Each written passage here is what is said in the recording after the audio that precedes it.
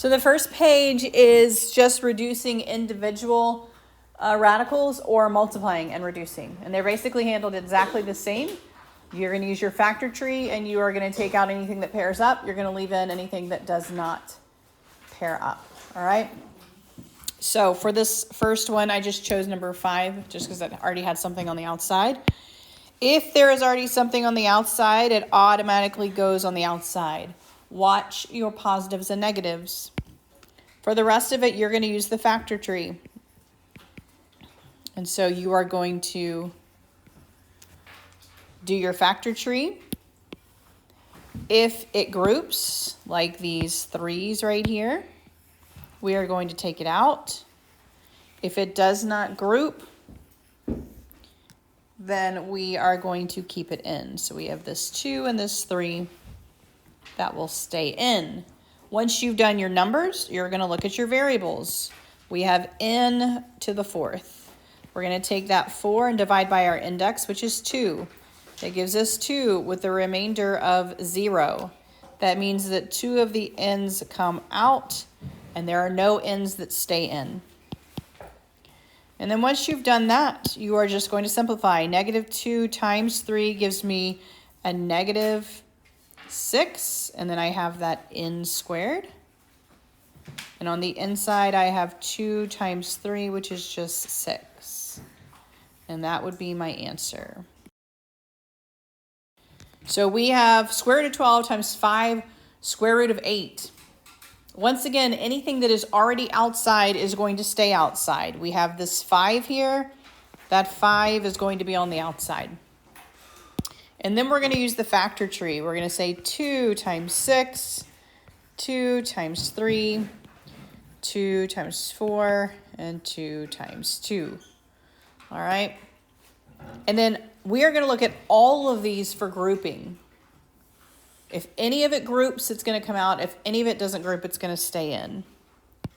So we have a pair of 2's that groups there. So that's going to come out. We have a pair of 2's here that groups. So that is going to come out. We have on the inside a 3 that does not group. And we have a 2 that does not group. And so once we've accounted for all of our numbers, then we just simplify by multiplication. 5 times 2 times 2 gives me the 20. And then 3 times 2 gives me a 6. So I have 20 square root of 6. Do it because of the variables here. All right, so once again, anything that's on the outside is going to stay on the outside. So I have that -14 there. That's automatically going to be out there. And then I am going to do my process here. I'm going to say 5 times 9, 3 times 3. Over here, I just have a 5. All right, so I just have a 5 there because it's already prime. I'm going to group. So I have these 3's that group. But I also have these 5's that group. Even though they came from different sides, I'm multiplying. So that 5 will also come out. All right. So I have a 5 out here. And then I am going to look at my variables. I have x cubed times x. Those are my variables, which means how many x's do I actually have altogether? 4. So I'm going to use the 4 divided by my 2. 2 remainder of 0. That means I have 2 x's that also come out and no x's stay in. So what stayed in? Nothing. If nothing stays in, your entire radical goes away. So my answer is not going to have a radical in it at all. It's not going to have the root symbol at all. I am just going to multiply these. I have -14 times 3 times 5, which is going to be -210. And then I have the x squared. And so this is going to be my answer here. So this is still multiplication. I am just distributing the outside to the inside. So I'm going to take this outside group and I am going to multiply it through. So I have 2 times the square root of 3 times the square root of 6. And don't forget this minus here, minus. And then I am going to distribute that to the second one. I have 2 square root of 3 times the square root of 6. Okay? Now you can do this just like you did on the first page. For this first group here, I already have a 2 that is out. So that's going to come out. All right? And then I can look at what I have factoring. Well, this is a 3. So that's already as prime as it gets. And this is a 3 times 2. Right? 3 times 2. And so I actually have this group of 3s that comes out. And I have a 2 that stays in. Right?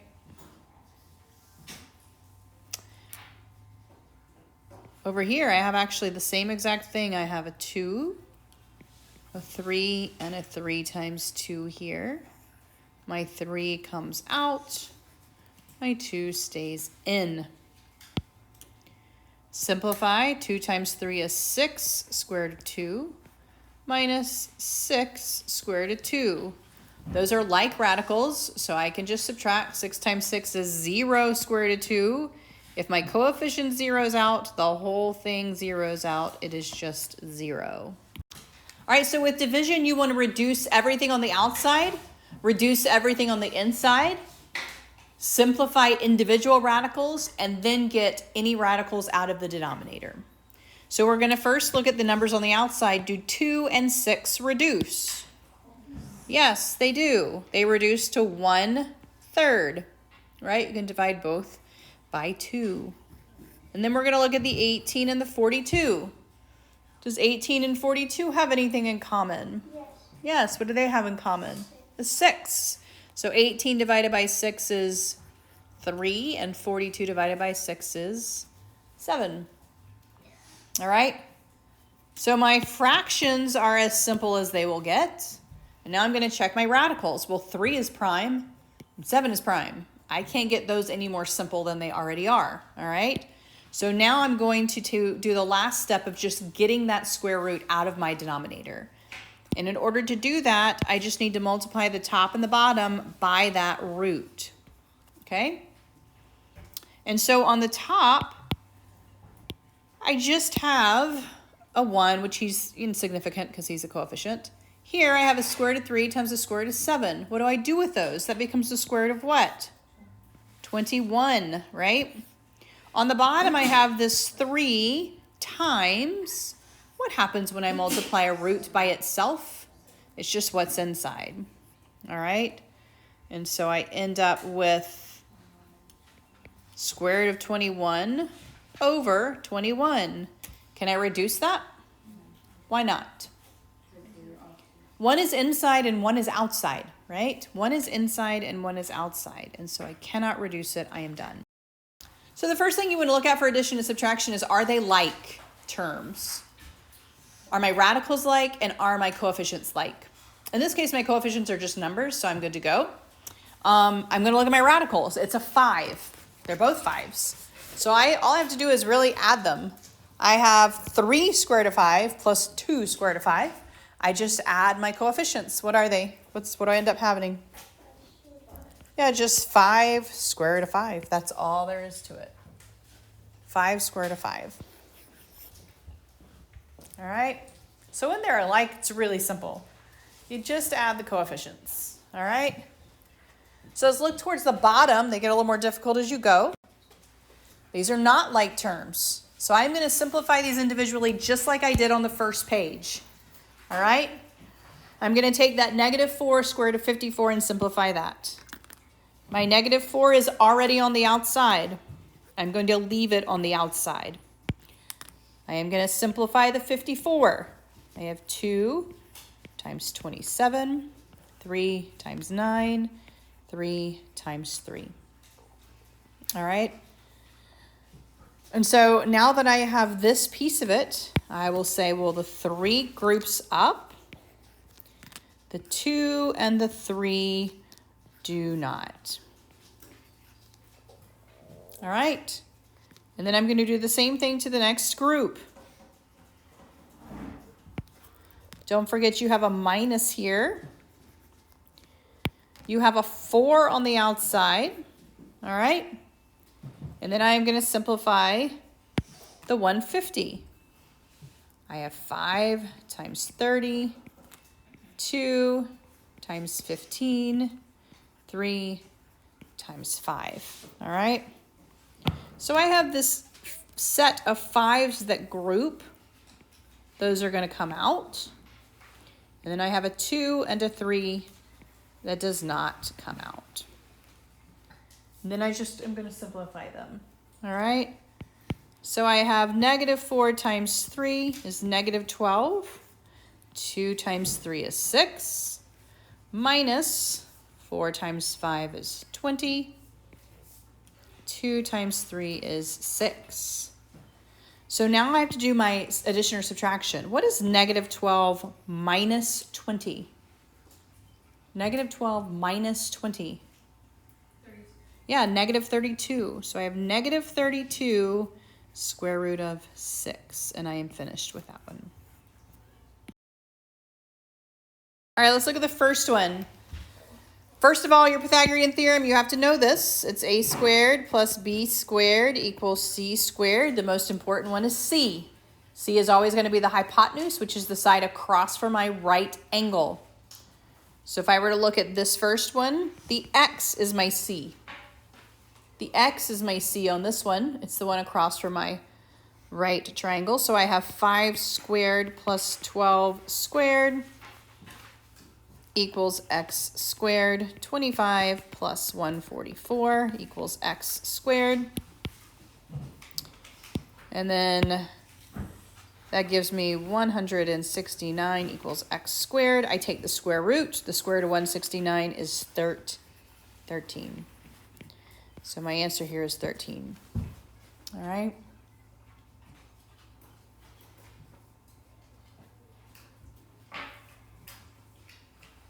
Now, if that had not been a perfect root, I would have done my factor tree and just simplified my root, just like I've done for the entire test.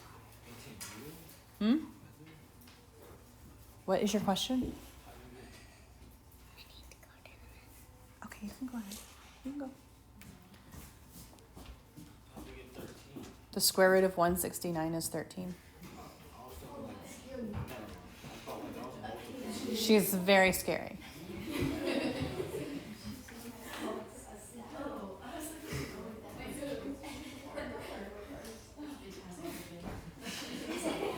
She's like a ninja, people. She went to the bathroom. So she was here the whole time.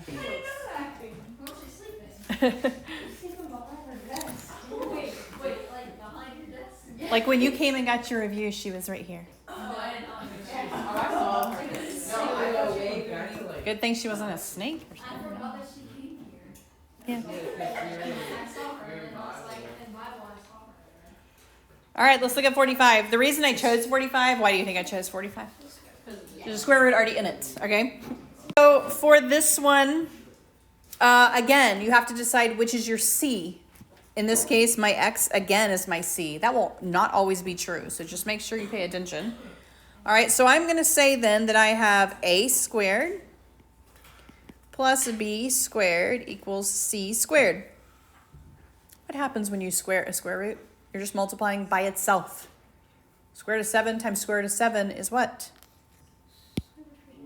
Which is 7? Yes, it's just 7. Anytime you square a square root, just means the root goes away. Okay?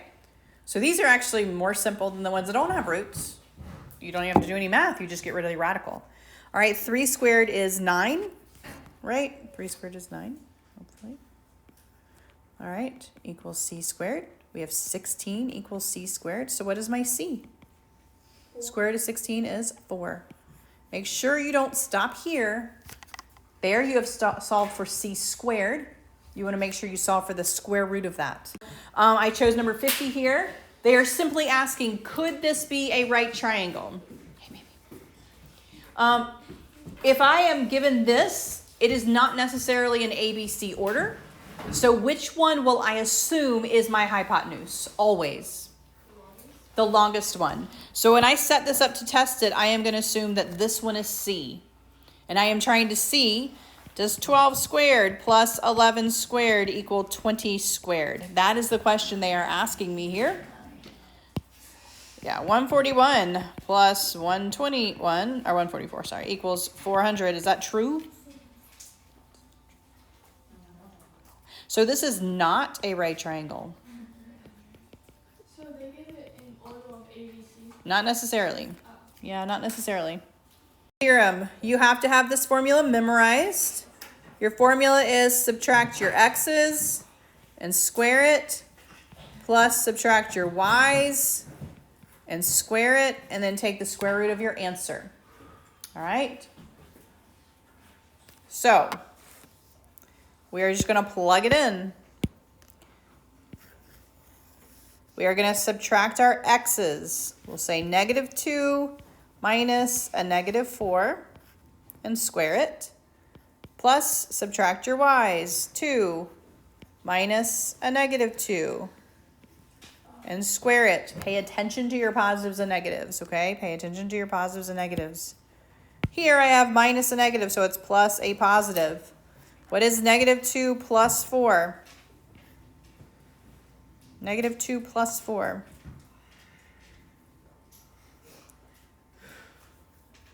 So 2 squared.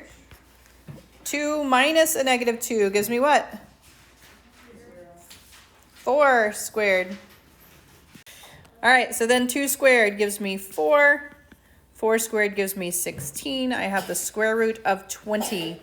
Do you think I am done? Is that in simplest form? It is not. What do I need to do? Yeah, so just do your factor tree. 2 and 10, 2 and 5. I have a pair that comes out, a 2. I have a 5 that stays in. So my answer here is 2 square root of 5.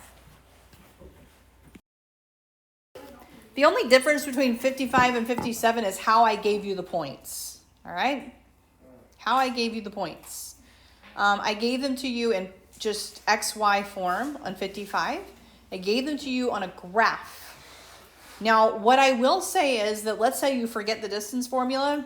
Seeing the one on the graph may actually help you. So let's say you forget the distance formula. This will help you a little bit because you can actually draw a right triangle, right? So I could actually draw a right triangle here if I forgot. All right? And then you can figure out your A and B. So I can say, well, this is 1, 2, 3, 4 units over here. And this right here is 1, 2, 3, 4, 5 units.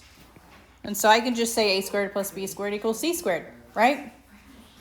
So if you forget it, you can actually use your Pythagorean theorem because that's what it's based on. So if you forget your distance formula, you can do it this way. And you could say 4 squared plus 5 squared equals my distance is what I'm looking for, right? And I could say 16 plus 25. That's going to give me 41. But remember, I solved for c squared, so I have to take the square root. And this actually doesn't simplify, so the square root of 41 is my final answer. If it simplified, I would do just like I did on number 55. So if you forget your distance formula, you can draw it on the coordinate plane. And you can do a right triangle. That is what the distance formula is based off of. The difference between your x's is your a. The difference between your y's is your b. A squared plus b squared equals c squared. And c squared is the distance between the 2 points. All right? Now, midpoint formula is really easy.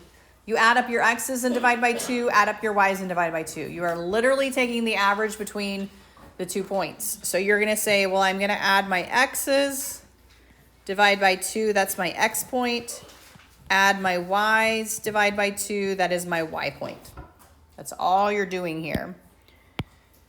So I'm going to say 4 plus 3 over 2. And then I'm going to say 10 plus 0 over 2. Reduce it. 4 plus 3 is 7 halves. 10 halves. You can leave the 7 halves if you want to. You do need to reduce the 10 halves to 5. And then you are finished.